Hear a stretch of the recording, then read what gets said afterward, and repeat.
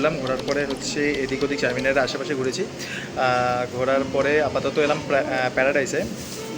প্রথমে ভেবেছিলাম একটু কিছু স্ট্রিট ফুড খাবো, তো দেখলাম বেশ কিছু মানে প্রচণ্ড পরিমাণে বাইরের রোদ এবং স্ট্রিট ফুড খাওয়ার মতন সেরকম ইচ্ছা করছিল না, তাই জন্য আলটিমেটলি প্যারাডাইসে চলে এলাম। তো আগে লাস্ট টাইম এসেছিলাম যখন প্রথমবার এসেছিলাম হায়দ্রাবাদে, তখন আসার পরে সেটটা নিয়েছিলাম, মানে প্যারাডাইসে এসেছিলাম। তো আবার অনেক দিন পর প্রায় হয়তো 2 বছর হয়ে গেছে, অলমোস্ট 2 বছরের বেশি, 2 বছরের পরে আবার এসেছি প্যারাডাইসে।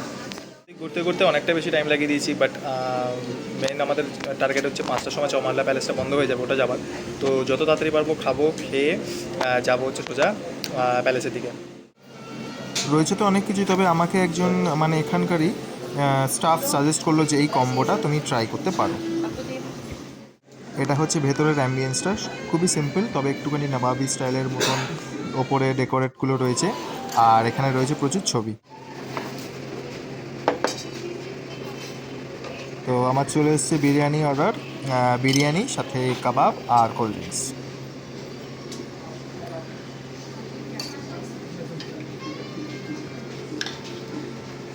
এখন চলে এসছে এখানে আমার চিকেন বিরিয়ানি। এখানে রয়েছে 3 পিস টিক্কা মশালা আর একটা কোল্ড ড্রিঙ্কস থামস আপ। আর এখানে রয়েছে যথারীতি রায়তা। এটা হচ্ছে মির্চিকা সালাড, আমি খাই না, এটা স্যালাড। আর উনি ইয়েটা দিতে ভুলে গেছিলো, কাটলারিটা দিতে ভুলে গেছে, তারপরে দিয়ে গেছে। যাই হোক, অনেক দিন পরে খাচ্ছি তোমার প্যারাডাইসের চিকেন বিরিয়ানি, সেটা ট্রাই করে দেখবো কেমন।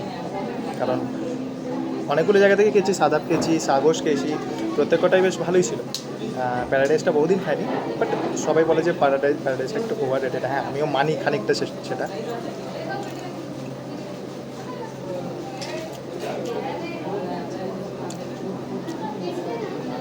ঘিয়ের যে ব্যাপারটা রয়েছে, ঘিয়ের যে স্মেলটা খুবই সুন্দর। আর আমি বলেছিলাম একটুখানি আমাকে লাইট দিতে, তো আমাকে দিয়েছে।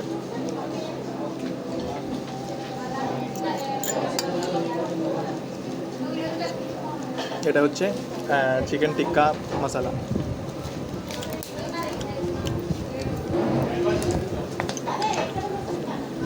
জুসি,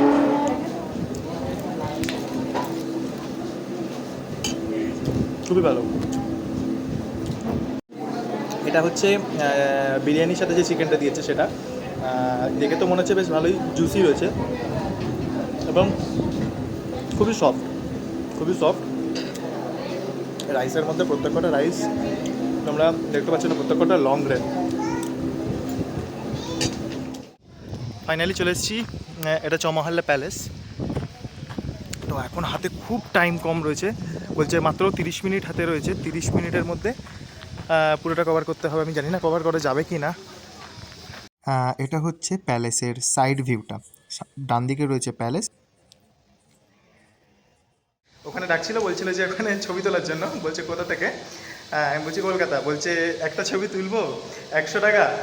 তো এখানে দেখতে পাচ্ছ তোমরা পেছনে পরপর শুধু দরজা, এখানে প্রচুর গেট রয়েছে, প্রচুর। এগুলো জানি না কী ছিল আগে, তবে এনিহাও ওই উইকিপিডিয়া করে বা গুগল করে জানতে হবে হিস্ট্রিটা কি। এটা হচ্ছে মেন প্যালেসটা, আর সাইডে এই যেগুলো রয়েছে সেগুলো, এটা একটা তো ক্লক টাওয়ার টাইপের কিছু রয়েছে, কোনো মন্দির হতে পারে। এখানে সামনে রয়েছে যেটা পুরোটা ফাউন্টেন।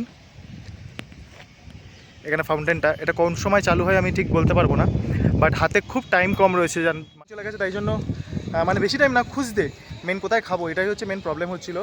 তো আলটিমেটলি সেই তোমাদের দেখালাম প্যারাডাইস থেকে খাওয়া হয়েছে। তারপরে হাতে খুব টাইম কম ছিল এবং তাড়াতাড়ি চলে এলাম।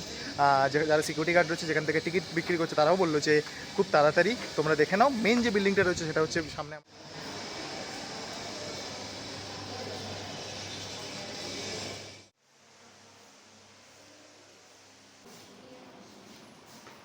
ইনি হচ্ছেন চৌমাল্লা প্যালেসের রাজা বা নিজাম। এই ঘরটার মধ্যে সমস্ত রাজদরবারের যা সমস্ত পিকচার্সগুলো রয়েছে সব ওটা এখানে টাঙানো রয়েছে।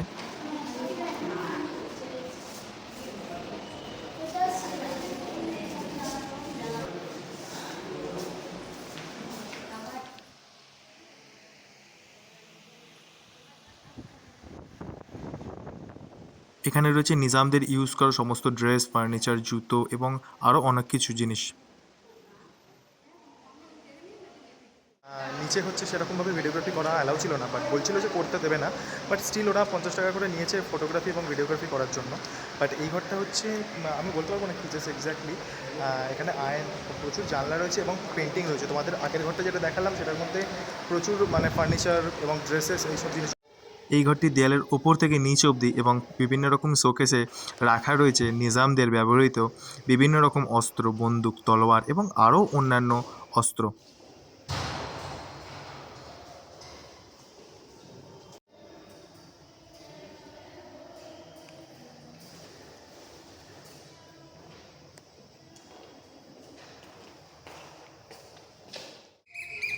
এটি হচ্ছে মেন রাজদরবার বা মহলের পেছন অংশটা। এখন তোমরা যেটা দেখতে পাচ্ছ এটা হচ্ছে পেছনে প্যালেসের যে পেছনটা রয়েছে সেটা। আর এই মাঠটার মধ্যে যত সম্ভব মনে হয় আগেকার দিনে যেটা কুচকাওয়াজ হতো বা প্যারেড যেটা হতো সেই জিনিসটা হতে পারে। তো এইদিকে রয়েছে যত সম্ভব, মেবি বললো যে সামথিং কিছু কামান বা সামথিং কিছু রয়েছে, তো এক্স্যাক্টলি বলতে পারবো না কী রয়েছে। তো ফার্স্ট টাইম এক্সপ্লোর। সো এটা বিল্ডিংয়ের পেছন পার্ট আর্টিলারি সেকশন হতে পারে, কারণ বলছিল যে এই দিকে মেবি কামান বা সামথিং কিছু রয়েছে, এক্স্যাক্টলি আমি বলতে পারবো না। তো এটার নাম হচ্ছে আফতাব মহল।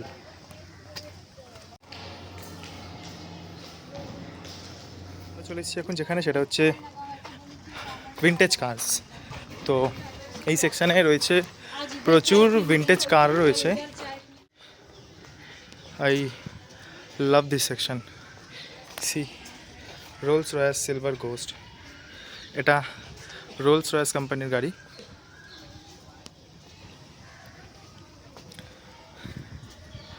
প্রত্যেকটা কার প্রচুর এক্সপেন্সিভ এবং প্রচুর পুরনো।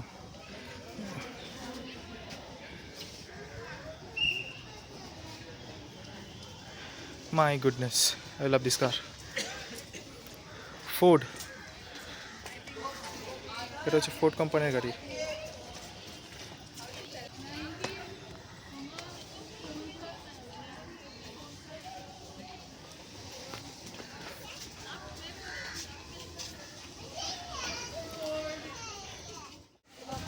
মাই গুডনেস, এটা একটা হিউজ কার।